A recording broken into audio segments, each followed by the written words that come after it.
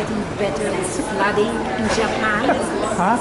Things getting better. Not really. Not yet. Yeah, the rain stays there for a long time, and I saw it still, in the same area yesterday. So. My friend has some friends from Japan, really? and one friend went there. Good noon, everybody. How we doing? Everybody good today? It's a little cooler outside, a little more tolerable, easier on our tempers, correct? Just a couple things before I turn this over to Eric. Just want to remind you that Sunday from noon until 4:30 is our big 40th anniversary celebration. We have performances. We have, starting at noon, with the Columbus Symphony Orchestra. We'll be here performing. Not the whole thing, of course, just a few of the folks.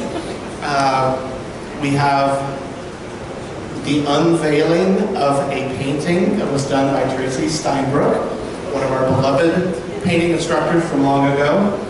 We are unveiling that, and we will actually have prints of his painting on sale, signed prints that you can purchase that day as well. We have all kinds of games. You can win t-shirts and bags and actual artwork for a ring toss game that we're doing out there. What's that, the historian? Historian, his name is Ed Lentz, thank you. Ed Lentz will be here, Columbus historian, talking about the building and the history of this building.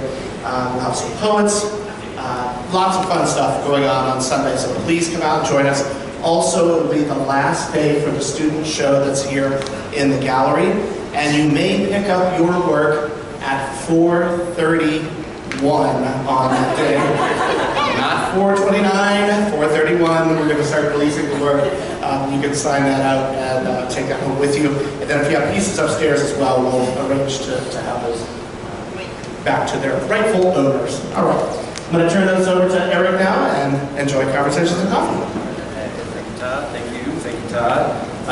Just a quick note about the 40th anniversary party. It's all online. There's a schedule all day of things happening, and just want to give a shout out to the administration for everything that they do here, because this summer is just it's just a one big event right after another, with the Arts Festival. The GCAC Patron Party comes here. We have the Summer Workshop Week. The faculty show is going on during the Arts Festival. We have the student show going on right now. It's all wrapping up with the 40th anniversary, and it just seems like they never get a break, but it all sort of rolls together and seems kind of seamless. So a lot of work they're doing up there. And I know a lot of the details of how it happened, so just want to point that out. But we're here today to talk about the student show. As I mentioned, we have some students here. I never have been comfortable calling my students here, and I don't know if it's not strictly an age thing by any means, but I really come in here and I see us all as colleagues in a way. We're all kind of working in the studio together, so I can't help but refer to my students as my artists. It makes it a little bit easier, and I think it's a better description of kind of the teacher-student relationship that we have going on here. It's artists working together in this kind of collective building that we have going on. So sitting here we have Beverly, we have Susan, we have Marsha, and we have Linwood. I'm going to ask them all to take just a minute or two to say your name and then maybe something kind of interesting about you. Maybe it's how long you've been here in the center, what studio you spend most of your time on. I know that you all work on different mediums. There's painting and ceramics, and who knows what you're doing at home. So tell us a little bit about who you are as an artist, just like a minute or two, and then we want to hear about your piece in the show. So that can lead you to a 3 to 5 minute, whatever, no big deal. We'll have you go through kind of one at a time. Please ask questions. It's so much easier when they're up here telling you things about it, if they're telling you things that you want to know. So keep that in mind. I want to mention, before I pass the mic along, the award winner. So the show is a big undertaking, and one of the things they do is they have a juror come in and help select the artwork. So as many of you know, you can submit 2 pieces, 1 piece gets in the show, and then from the pieces in the show, then there are awards given out. So there's quite a few honorable mentions. Beverly, I didn't know that your piece got an honorable mention. I know it's sold right when the show was set up, so that's as good as an award in my opinion. So Beverly will tell us about her piece that's hanging over there. Kelly Kalash got a perfect day honorable mention. I believe that's that one over there. Felted piece. Regina Wallbarsh for sketch on the back wall over there. Colorful sketch of an apple. And then we have the 3rd place is Alan Radnor with dance. It's the Fig the Bust piece right below the big pot there, figurative piece there. 2nd place was Susan Houchin with Valley View Farm, and I forget, I just looked at where that one is. Oh, it's the book here. It's this really cool looking caustic book that is behind glass, so we know it's really fancy. And then Winter Sky, Subaita. I'm sorry, she was going to be here to talk about it. She's not here now, so she can't hear me messing up her name, but her painting's over there on the wall. And then the best of show, Susan Sommerfeld, Sarah up in the front. A very cool graphite drawing of a figure up there. So make sure when you're walking around that you check out the awards. And oh, and there's another award that I didn't even notice. Looks like Carol's piece, the trees, the tree sculpture, very deserving of the award there. So a lot of work. I know I've looked through this show and just sort of re-noticed that piece. So there's a lot to look at in here after we get through our talk. So shall we go in line, left to right? Do we have a volunteer? Left to right? Left to right, all right. My daddy always said die once. Die once. 1,000 times. Good afternoon. My name is Beverly Gordon.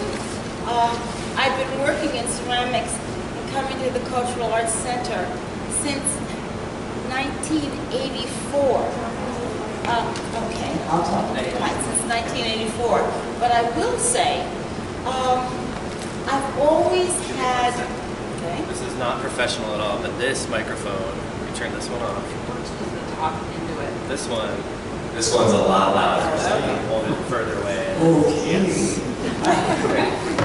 Anyway, I was saying that I've always loved ceramics and what I like to say, playing in the mud. I remember my very first piece that I made was in 8th grade of all things, and trust me, I have not seen 8th grade at least for a day or two. Was a fish ashtray that I made for Mama, and that was, like I said, in 8th grade. And I was just thinking about that. I'm sorry I didn't bring it in because I still have that ashtray. When I was in graduate school, as many of you know, in graduate school, you sort of die each semester. And I always tried to take at least one course for me. You have your set curriculum that you've got to take for your coursework, but I would take one course for me, and that was photography, or what else did I take? Photography, I took drawing, but it came back to ceramics and throwing on the wheel. And when I got to Ohio, I got another story, and I'll tell that way at the end about Wisconsin. But anyway, when I came to Ohio State University, what I found was that, trust me, you need an out when you're a faculty member at the Ohio State University. And one of my colleagues at the time, she was taking, I think, a weaving course, and she said, there's this place called the Cultural Arts Center. And I drove around, found this. At that time, Helene Dwyer was the ceramics teacher. And I started taking courses. And I'm still here.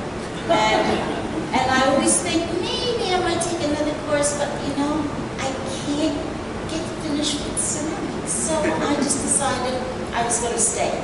Now, about my piece over there, it's...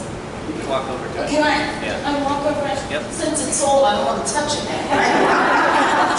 I'll drop it. But,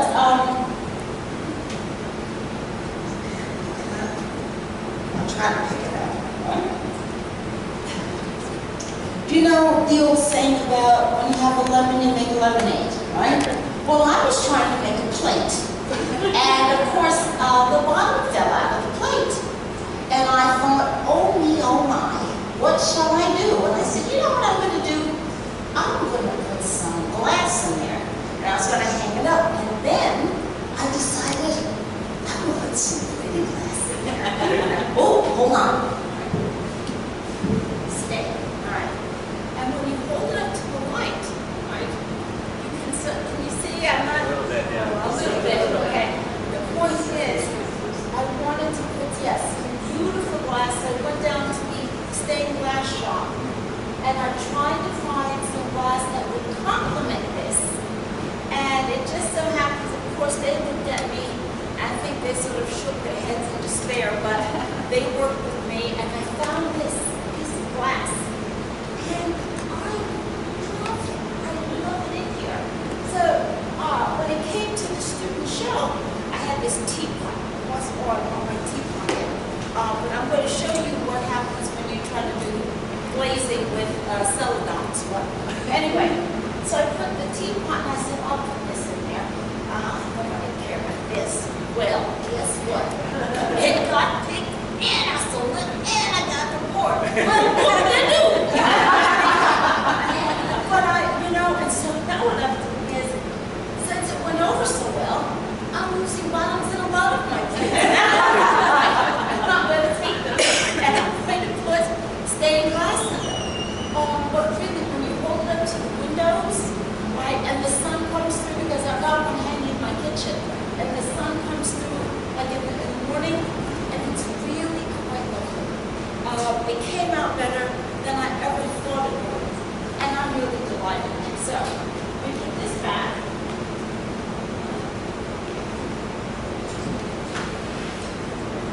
And I even put a little bead on there for a hanger. I wanted to show you about sometimes things work, and trust me, sometimes they don't. But you really never get tired of playing in the mud. This is a Celadon glaze. By the way, it's a new one. It's called Glacier. And I tried to do some carving. This is completely experimental. And like I said, sometimes you get it and sometimes you don't. What I like about it is, you can really see the carving. What's not so good, I don't think, is that Celadon, pass this around, Celadons are they're sort of tricky. If you try to paint them on, it's very difficult to get them even all the way around. So you're going to see some places the Celadon's a little thicker than others. A Celadon is a glaze. It's a glaze. It's not, what would you say to me? So Celadon is some people call it a Celadon type glaze. It typically describes a translucent glaze with a little bit of color. Historically, jade Celadon is what it came from in art history. So a true Celadon is has a tint of green, but in today's world, there's Celadons that are blue, green, pink, gray. So anything that's like a translucent glaze with some color to it. And when you say translucent, what you'll see is I've got, even though I tried to get 3 coats on, they're not particularly even. Now, what I did with this one, and I'll pass it around, I hedged my bets a little bit. I've got, I think it's called a sage. I've got I can't think of the name of it now. I'll look it up in a moment. But anyway, I put a sage, regular glaze, underneath 2 coats of that. And then I put the Celadon, the Glacier, on top of it. And what you're going to see is, of course, this is carved. You're going to see these beautiful colors. You get almost like pinks in there and blues. If you haven't seen that, no. That's a combination I made up. I just playing in the mud. So the Celadon by itself in the middle. Is in the middle. And the Celadon in the middle, I put 2 thick coats. But instead of trying to paint them with a brush, I poured them, right? and swirled it around, and then very carefully poured it out. Let it dry, and then I did it twice. So you've got 2 glazes. Oh, and there's, if you turn it over, you take a look, right? On the back, that's what the celadon will look like, just plain, with just 1 coat. So, but I The design of that. what's that? How did you get that design? I sketched it.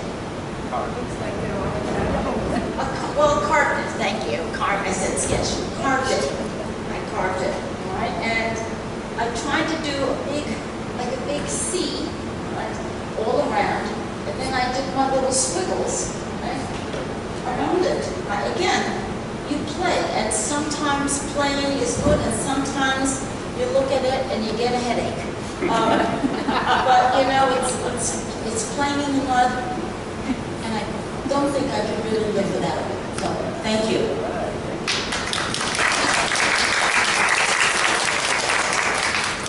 And as we move on to Susan, if you have questions, feel free to ask while they're talking, or we can circle back after everybody's done.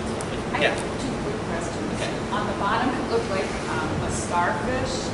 Is that your block, so that we know that's your work, or is that just on that one piece? No, I always try to decorate the back of the under, the undersides of my pieces. And what I did was I got one of those wonderful little, I guess a little circle thing, and it's got marks on it. So I divided in 5 and then used the circle itself and go around. And I got the starfish, and sometimes I carve it out, sometimes I don't. Sometimes when I carve it, it's very thin. It really does look like a starfish, and sometimes it's thick. But I like doing that because, that's another surface. The bottom of your pot is another surface, and so every now and then I really like to try to design with that. And by the way, the one that's the color one, it's called Toasted Sage, is on the bottom, and then the glaciers over top of it. Okay. The question was if starfish is a specific stamp, or the answer is no. She's just that good at carving and decorating them, so range from time to time. Any other questions before we move on? Not at this moment. All right. A few minutes. Thank you. Hello, my name is Susan Somerville. I don't think my story is as interesting as Beverly's. I'm sure it is. I'm sure it is. I started making art in retirement. I started painting with a friend, and I pretty quickly realized I was going to have to be able to draw. So another friend recommended, I had taken a few courses down here. I highly recommend Joe Lombardo's Fundamental School. He does a great job with someone who doesn't have a lot of experience in art. And another friend recommended Mary Jane Ward's drawing classes.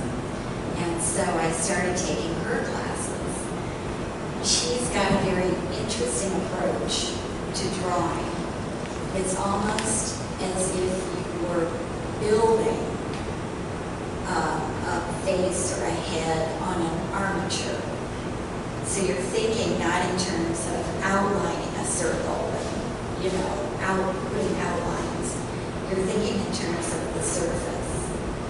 And that integrated really well with my painting and the way I wanted to think about shapes and representing something three-dimensional along two-dimensional space.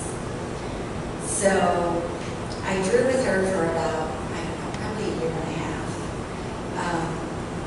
And the drawing that I did was the result of 2 class sessions. We had a discussion in class about should we try to have the models fit twice? Let's have a longer session. And she decided to do it. And so I had more time to come up with that. And I also asked at that time to have her put her hands like this because I thought, well, I've got more time to draw things and I get tired of drawing her face. So I added her hands. But that was Mary Jane did a great job teaching all of us. I think I got a lot out of that class. I was able to take a lot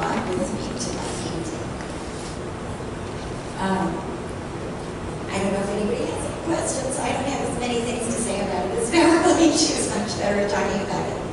Yes. I have a question because there's a lot of positive and negative space in there.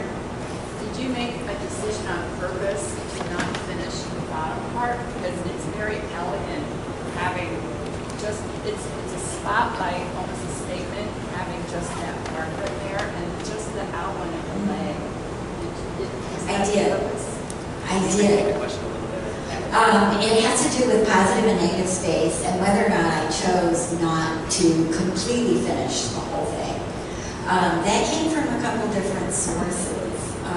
The fact that it's not just the figure, that there's some background and some context for where she is, came from a painting class. Fred Fochman teaches up at McConnell. And one of his big things is figure in space, with figure in space. And so... Not just floating. Not just floating in the air. And so I had more time with 6 hours. So I could stand there and sort of consider, what do I want to do? How do I want to make this? And I did a preliminary sketch. And so the fact that it has a background and that I could decide how far down to go and maybe just indicate a little bit. That's also from painting. Fred and someone else I take classes from will talk about the mystery. Don't paint everything. Don't finish everything. Leave a little bit for the eye to kind of think about. And that's where that came from. So when you paint, what is it meaning when you paint? As opposed to drawing? Yeah.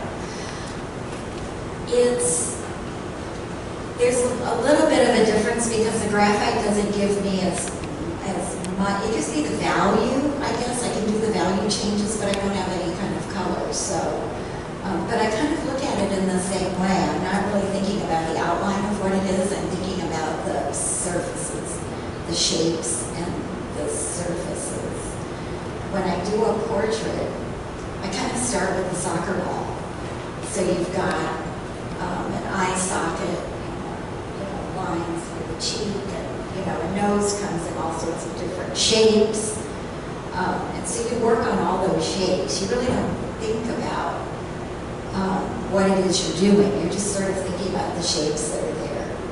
The very last thing I do is put an expression on the face. That's the very last thing that comes, is enough around the eye to show an eyelid and something at the corner of the mouth. So I don't even think about that till the very, very end. You paint in oil? Yeah. When you paint oil, do you start with a graphite drawing first, or you go right for the paint? So is this much different from the work you usually do, or do you do a lot of? This was it surprising to win an award for this? Yes. You paint so many beautiful oil paints, I'm sure. Well, my oil paintings can start a little bit differently because I can put a wash of something on. But otherwise, that was pretty similar. I make a decision about, sometimes I put a line down because I can see that somebody's profile is down a certain part of the painting, or sometimes I've got something in the background. I try to put some markers down for where am I putting things. And then I try to mark, maybe I mark an edge, but sometimes I mark a shadow, So with paint, I can put a splotch down. And then I have to think about, I usually have to go back and kind of draw on top of it and think about where am I going to put things. It's sort of an iterative process. Your expression is so interesting. You can keep looking at it, painting different things, Oh, thank you. See, that's what I like about doing portraits. I like the idea of, we all look at each other and we're all very pleasant and, nice and polite hopefully, and, but most people have something behind that you're not talking about, that you're not showing about. And even if it's a, beautiful young model and she's just sort of drifting off thinking about something, every now and again you'll get a model and as she sits there thinking, or they sit there thinking, they get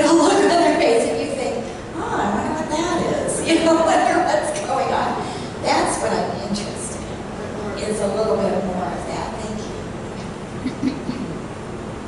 Do you look at people in everyday conversation as if you're painting them when you're looking at someone's face? Are you picking apart cheeks and shadows? I do now. I do now. I didn't mean I do now. I really consider what people look like. Thanks for sharing. Any more questions? Yes, I have a question. You said before you started this drawing, you did a sketch.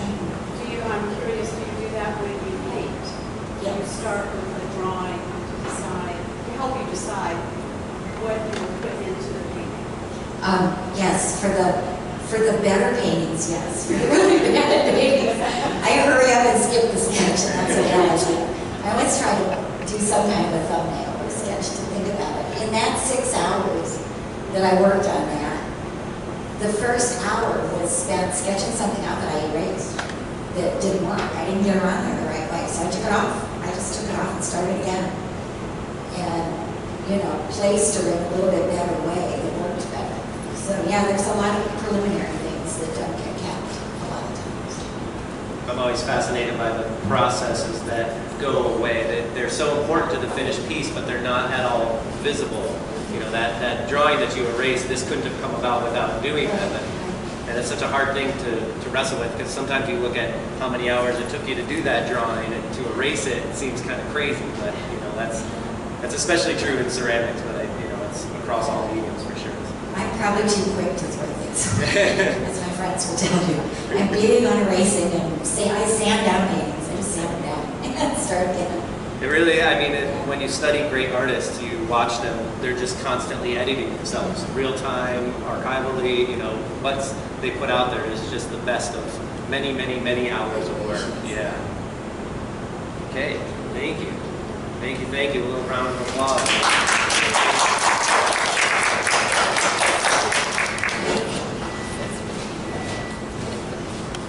My name is Marcia Line-Cantor, and I've been coming here a little over 2 years. I've only been in the Columbus area for 5 years, and so the first 3 years or whatever, I tried a lot of other studios, centers, and I was never satisfied, and then ceramics. And then I came here, and I have found that the studio is fully equipped and very nice.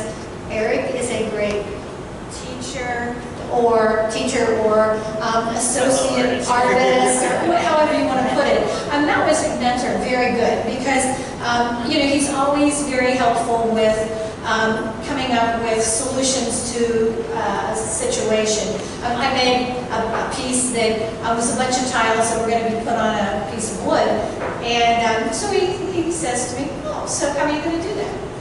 I don't know, super glue? And he said, really, I don't think that will work. I think really, you ought to use epoxy. And I went, "Oh, I've never used epoxy before." "Okay, sure." And so, yes, it works. And so, and so he, even without me asking, he asks questions and then tries to spur me on. So, very nice to have him around.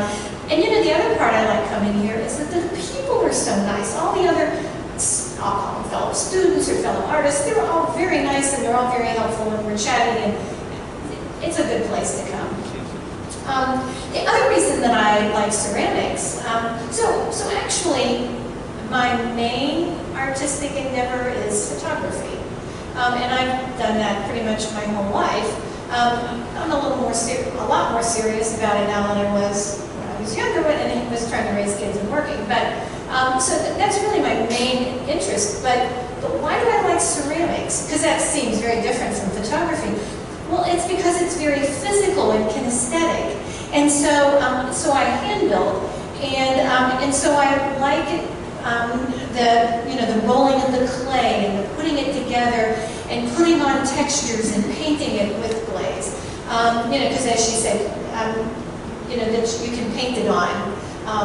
Doesn't always come out right, but you can paint it on. You can do a lot of various things. It's all very physical.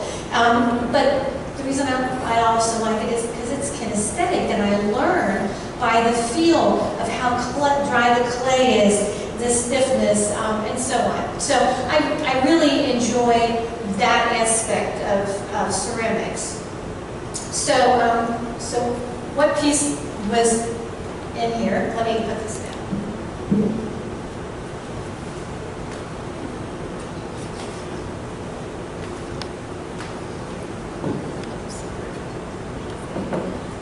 Well, okay. Maybe I should hold it first.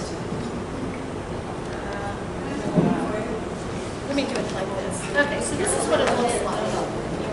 Okay, this is what it looks like. Okay, let me take the lid off and then I can talk about it. So before I started this piece, I said, okay, so what have I seen recently that inspired me? And a long time before that, I saw where an artist made tripod feet, or tripod legs. And so here's the tripod legs, and I like that.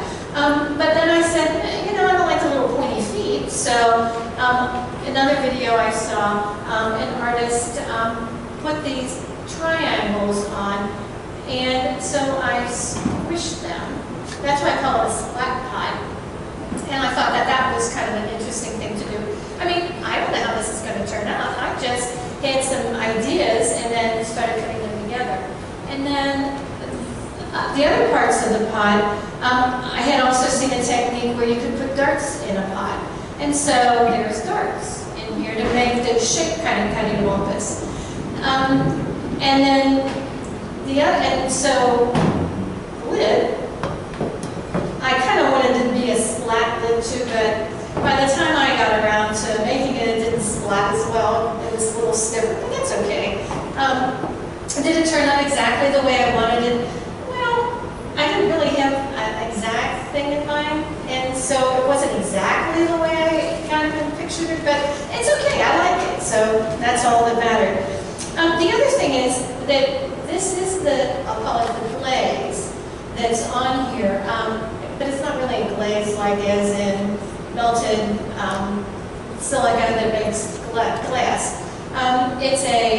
It's just a coloration. This one is iron oxide, and I just put it on and kind of rub it back off, and so you can see the texture pretty easily. The deep texture, the grooves are darker. There's some like polka dots on here, and so you can see the various polka dots. And the same thing with the lid. The lid, you can hardly see any polka dots at all. You know, the other thing is, so when you're rolling it out, you have to roll it on something. And so cloth has a texture. And most people are really careful about smoothing out all that texture, getting rid of all the little ridges. Well, if you look at my pot, it's got all the fabric textures on it too.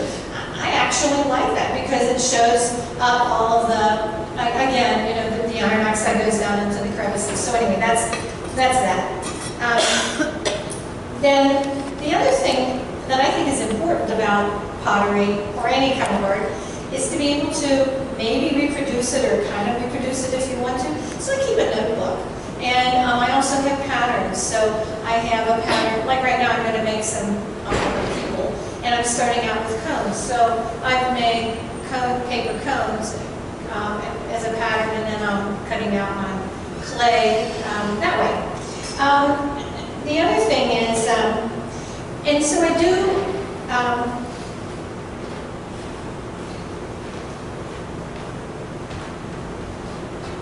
so that's, yeah, I think that's about all I wanted to say. To me, ceramics is a process. I don't always know what I'm going to wind up with, and I don't care. I'm really not making functional pottery most of the time. So, as I said, I don't really care what it looks like at the end. It's just kind of what it comes out. And if I like it, let me put it this way, I have more pieces sitting in my basement on a rack than I have sitting in my house. So, you know, that's just the way it is. Any questions? I like the way this actually looks like. Okay, yeah. It's fun. Nothing else? Yes? What? I have two questions.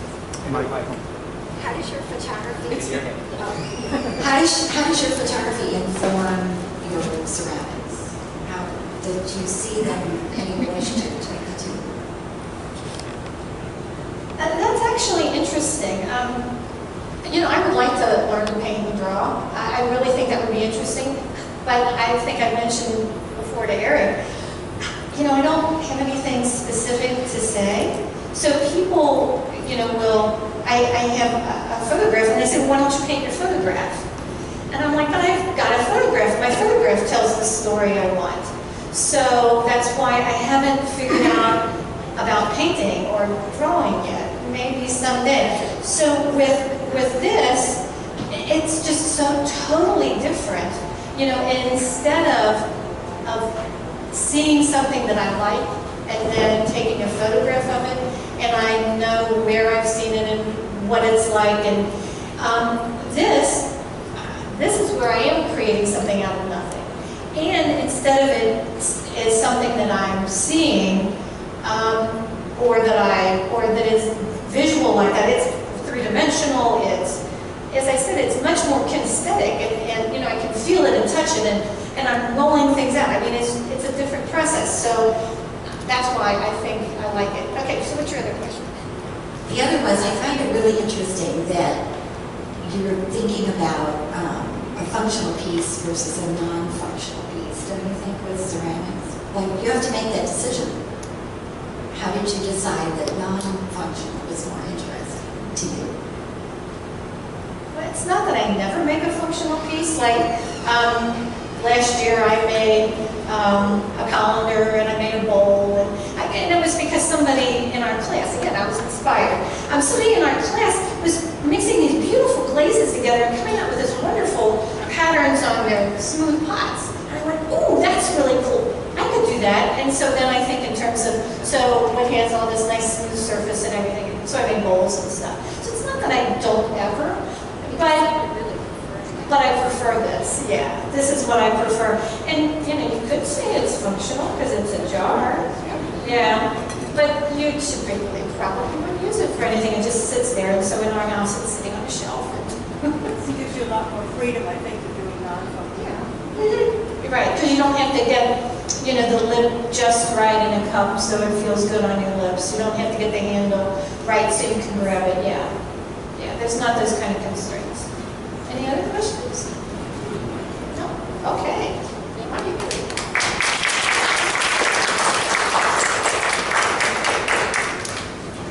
Hi, I'm Linwood Nichols, and I have a painting in this show. It's that black one over there with the red and black figure in it. I'm also a ceramist. Take classes here in ceramics from Eric, and on the weekends from Medina. And I started here in ceramics in 2012 because I walked by the bay door during the Taiwan Art Festival, and I peeked inside and I said, wow, and I've been here ever since. So I'm also... It works. And it works. And I've been painting since 2006. I'm a retirement artist as well. And my painting, I called it a flower bottle, but you can call it a bottle of flour. A couple of people told me it looked like onion, and I like all of those interpretations. When I paint, I do abstracts or I do flowers. And so that's kind of a little bit of both. And if you look at it closely, you'll see that the figure is impasto, and the rest of it is flat. And my mother told me that you either do one or the other. And me not being much of a traditionalist, I do it like that. I like the texture, and that's where ceramics kind of informed my painting, and my painting informed my ceramics, because I do a lot of crossover. In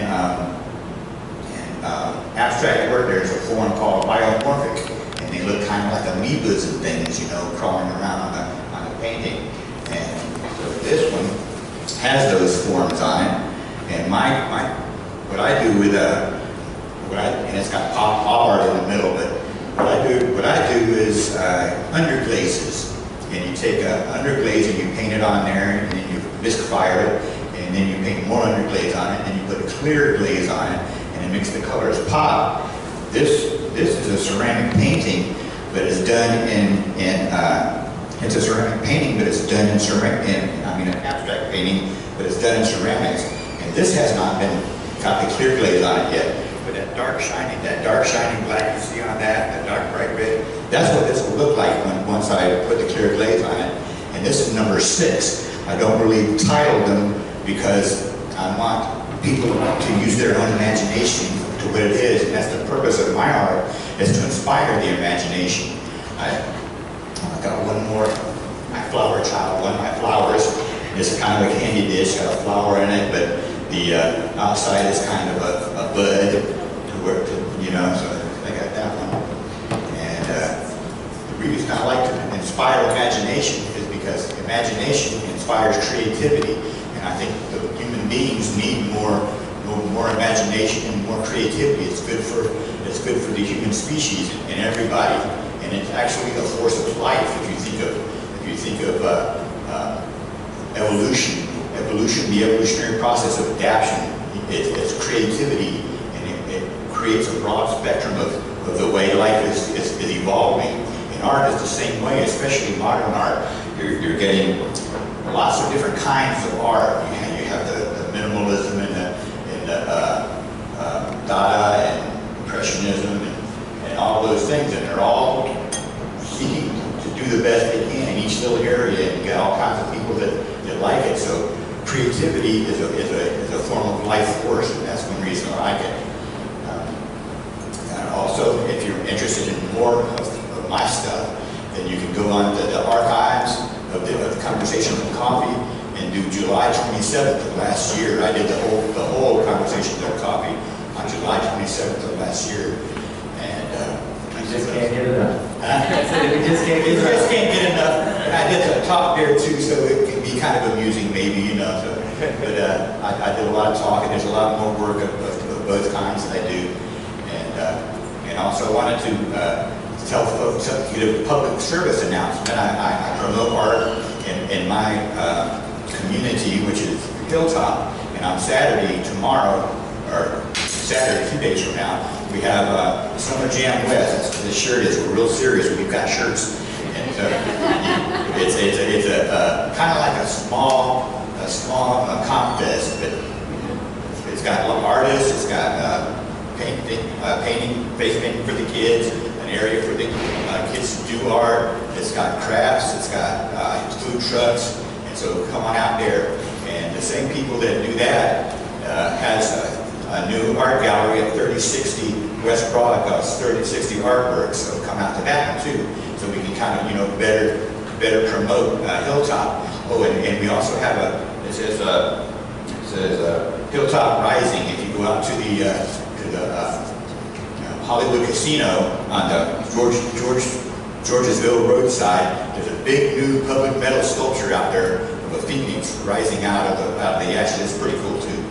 So that's my PSA. So any questions? Leonard, you said that there were 2 mediums on your painting. What were they again? No, it's not mediums, it's styles. I mix my styles. A lot of I just read a book by Tom Wolfe, and it's called The Painted Word. And most of these styles are examples of a theory. And so I mix my styles, because a lot of the say you have abstract expressionism. Well, one of the things about abstract expressionism is supposed to be flat. They're supposed to have done away with depth. Well, I still put depth in my paintings and stuff. So I mix a lot of different techniques. The same way I do this. These are a lot of different techniques mixed together. So I'm trying to build something different than the usual styles that they have. And what the 2 different things on that is you have a flat background, and then you have an impasto figure, which is a buildup of paint. To where it's real thick. And usually the traditional way of doing impasto is you do the whole painting in impasto. So you can see the strokes of the brush, and you get a little dimensionality with impasto, with thick paint. But you can't see it from here, you have to walk over to it. But I get a texture, and the texture I get from my ceramics work. I have other works too that I have just a little bit of impasto in it, not the whole figure, because it gives it that texture and it gives it that dimensionality that I like, you know. So, anything else? Yes, ma'am. Are you using oil or? No, that's acrylic. My mother that told me that, she says you don't mix them, and she's an impressionist. She's pretty well known as a Patricia Leonard Geary art.com, and she had a 6 foot dunescape in the Florida governor's mansion when Lon Child was governor. He owns that, and she was invited as an impressionist to the Italian Biennale one year, and so she knows what she's talking about. But I'm a little bit rebellious. You wouldn't think it, but I am. I love that childhood rebellion never leaves, doesn't it? Spreading creativity for the good of humanity. That's right. That's right. You're welcome. If there's any questions for Alani, let's get a little round of applause. Thank you. Arlene is up here. She's going to introduce a couple of her jewelry students who are going to get up and present about their works here. So, actually, let me switch you. Okay. This one's easier. Yes, that's fine. Hi, I'm Colleen Wong, and I'm one of the jewelry instructors here. And I wanted to tell you, to introduce two of my students who are here today who were asked to speak. Diane Preston and Laura Nash. And I can't hold up Laura's piece, which is down here. It's a pendant and it's under the case, so come up and see it on your way past if you need it. And then I can point out Diane's piece, which is over here, which is hanging on the wall, and this is a copper piece. I don't know if you can see it, so you might want to take a look at that. So, Diane, do you want to come up?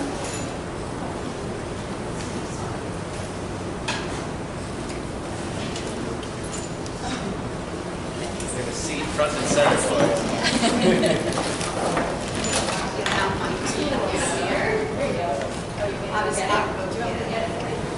You got to set up the studio here.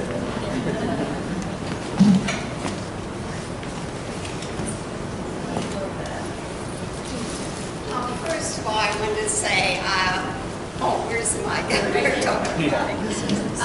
How I love coming here. I love the studio, and most of all, I love Colleen. Not only does she's very talented and has a lot of knowledge, but she's always challenging me, and and I love growing and learning constantly, so I really appreciate it.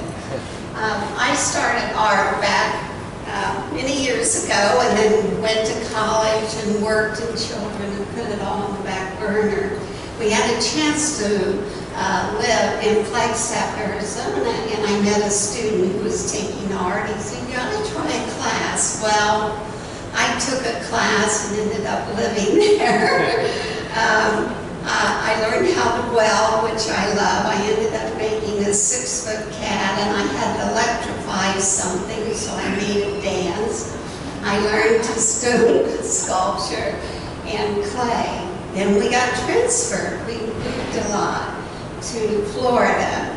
No metalworking there, so I took up clay, and I learned how to build with oil-based clay, and I made sculptures of people. Then we moved to here, and I had a chance to further work on my clay, and I did bronze for a number of years, and did mother and child series. Well, I found, even though I loved it, it was a very expensive hobby. So a friend again said, hey, I hear that they're teaching a metal forming class. So I came. It was 3 days, and I got hooked. So in order to learn this skill, I needed to take jewelry making.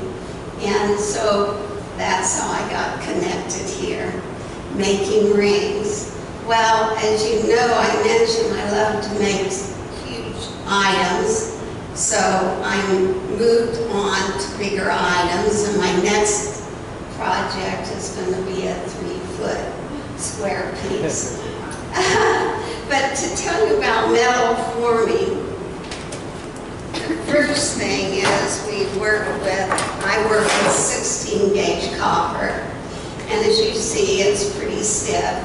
I get to use a settling tank torch. I heat the metal, that softens it, and then I put it in a pickling, because when I do the needling, it causes brown black spots on it, so then I clean it off. Then I have a template, and I make my template on the copper. Now, how do I figure out what I'm going to do? This may sound strange to a lot of you, but every night when I go to bed, I think, okay, what's my next project going to be? And in about 3 weeks later, I wake up with my image. So this was the image I woke up with. And so I thought, okay, I've not done this kind of copper before, but I'm sure Colleen will help me along when she did. So what I did was I made a template, and I then used a saw to saw out the copper. That's how I made the shade. When I got home, I put it on my counter, and there was a light under my counter that was shining behind the figure. So I thought, okay, I'm going to make it stand out. So as you can see from the back, I had to solder braces to it so it would stand out from the base background. When in metalworking, I did chasing and repose, it's called. So the chasing was, I take a tool and I outline what I want. In this case, you can see her scar. So I outlined it by dotting, hitting with this hammer, it's called a chasing hammer, hitting with these, and I make dots, which outline my figure on the front side. Then you turn it on the back side, and I lay it on sand, and I use a dabbing tool, and I get that, and that's what causes it to come forward. So, as you can tell, I'm a tool person. I love working with tools. So it's constantly working from the front and the back. When I'm done, then I buff it, I sand it, clean it up, and then do my patina work. I use, it's called Sculpt Melody, and it's a patina. And the biggest thing on this is, and I'm learning, is how to build a frame. Because the framing becomes extremely important when I'm doing this. So I'm going to really be challenged with my 3 by 3 foot piece. But I'm sure I'll get it figured out. I was wondering, on that one, did you fold the copper to make the edge on the... Right. Use a lot of different hammers to hammer the design that you want. But in this case, I had an edging machine. So what we call it? Bending breaker. Yeah. And that's what helped me on the size. Yes. How did you get the detail about eyelash? I can't believe there's an eyelash in there with a saw. Yeah, it's real tricky. What I do is, first of all, I first go around it and I don't make real fine detail. And then as I keep working, I get in more on the detail. And then I also have a Dremel that will help smooth out and help with design some of those. My favorite part was when you talked about cutting the copper, you said you get to use the oxy-sensitive part. I get to use it. I get to turn on a flame. I know. I love welding. I love doing all that. My husband's just afraid I'll burn down the house. All right, thank you. Thank you. Thank you.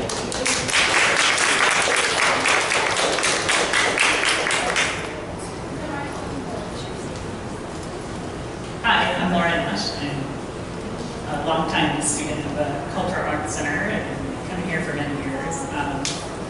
I've recently been back in the jewelry class here for probably the past 7 years, off and on during different sessions. And I've been in Colleen's class quite a bit. She's a cool teacher. She's always helping us and showing us better ways to do things that you may not think of. And so my piece you can't really see, but it's in the case. Maybe you'll get a chance to look at it. But it's one of the pieces that you do when you're. Well, I recently did that, but when you're starting out, there's certain projects you have to do in the jewelry class.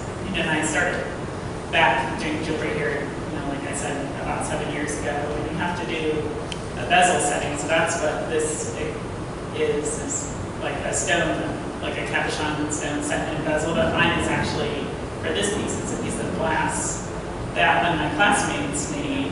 She happens to do some glass fusing, and I bought it from her and set it into a bezel. And the bezel is just like a strip of flat wire, and you have to make that like in a ring shape first to fit around the stone, and then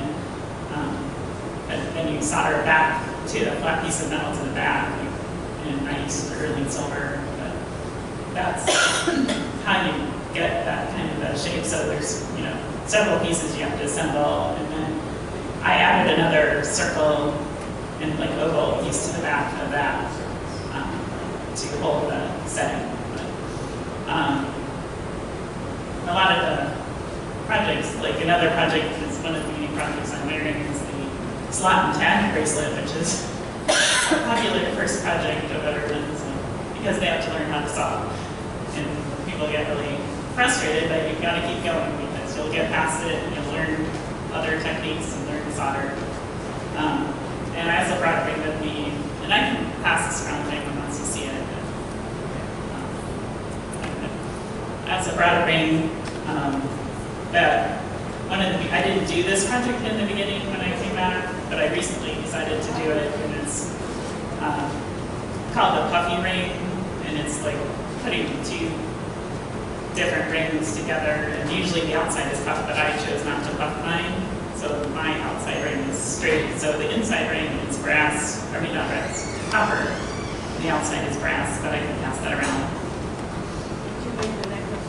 And then I made this necklace and earrings that I'm wearing, and this is like a rolling ring that we do in class. It's one of my favorite pieces. I wear it all the time. But this is also a beginner project. People want to look at it. But I really enjoy coming here and working with the other students and learning. You learn from other students in the class that have been coming here longer than you and what they're all working on, and get inspiration, which is really nice. We have such a nice studio set up with so many tools, and it's a really nice place to work. And then I also am a painter, and I worked in a painting studio, but recently I've been just working on that at home. And then I'm in the costume class too with Bev Goldie, who's sitting in the front row. I'll be doing that this afternoon. That's been new. It's been a new media that I've been trying, and it's been interesting. It kind of relates to painting in a way. And but I've been in, just to say a little bit about my background, I was an art major in college, and I've been doing art for pretty much my whole life. But I like so many different types of meat, but it's very hard for me to just pick one. But this is a great place to work and meet people, and we're very lucky to have it. And I can pass this around for people to see it. Are you finding any of these projects that you're liking more than the other? It sounds like you're taking it all in still, but you've been here 7 years. It seems like you maybe have done a few of these a few times, or? I mean, I can, like for jewelry, I enjoy working with wire, and I do a lot of shapes, like the necklace I'm wearing, using, this is like a square wire, but I do a lot of that, and then I do set, quite a few stones. So mostly I work on the stone setting, making bezels, and then making a lot of circular wire shapes. That seems to be the path I'm going. I don't do a lot of sawing and stuff. I don't really enjoy sawing that much. I saw as minimal as possible. But I like, there's like a punch, there's a drill, there's a press down there. I'm not saying the right name, but it's called a Bonnie Doon. Well, it's a hydraulic press that will pinch out circles. I like that because I seem to like to work with circles. So I keep, going back to that side, well, I do shapes with circles and cut other things out of them. But I'm always like, you know, coming up with new things that I want to do and thinking I have so many ideas of projects that I want to do and haven't had a chance to do them all. So. All right, well, thank you. Any other questions? All right, 1 o'clock. I flew by, and I'm so happy that the jewelers made it to talk with us. I started to think, oh, good, we're covering all this. No, this is half. We covered half the mediums that are in this building. There's no stone carving here. There's no bronze, or people up here to talk about stone carving, bronze casting, weaving, screen printing. There's just book arts. There's just so much that goes on here. So thank you, and see you next time.